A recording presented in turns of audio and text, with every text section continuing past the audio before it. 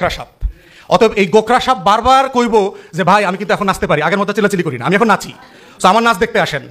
ও নাচের ফাঁকেও সুযোগ পাইলে কি করবে? ছোবল দেবে। আওয়ামী লীগ হচ্ছে গোখরা সাপ।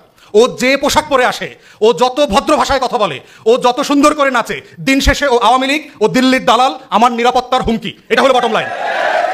অতএব সেই বয়ানের রাজনীতি বুঝতে হবে। এটা হচ্ছে বাংলাদেশপন্থী রাজনীতি। এটা হচ্ছে আওয়ামী লীগ পুনর্বাসনের দ্বিতীয় পর্বের নাটক। যে একটা দেখছেন না, সোহেল তাজ তার বাপের 100 বছরের জন্মদিবস না কি দিবসে গেছে তার বোন লইয়া প্রধান উপদেষ্টাকে দাওয়াত দিতে, খেয়াল করছেন? সোহেল তাজ তো ভালো মানুষ, পলিটিক্সে নাইটাই খালি শরীর বাড়ায়, খালি শরীর নাড়াচাড়া করে, ভালো মানুষ। ওই গোখরা সাপ, একজন পাঞ্জাবি পরা গোখরা সাপ আর একজন হলো বডি বিল্ডিং গোখরা সাপ, সুযোগ পাইলেই কামড় দিবে।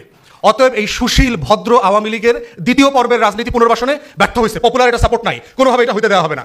এখন হচ্ছে তৃতীয় পর্বের আওয়ামী লীগের পুনর্বাসনের রাজনীতি শুরু হয়েছে। সেইটার নাম হলো আওয়ামী জাতীয় পার্টির রাজনীতি। সেটা কি জিনিস তো বুঝতে পারছেন না?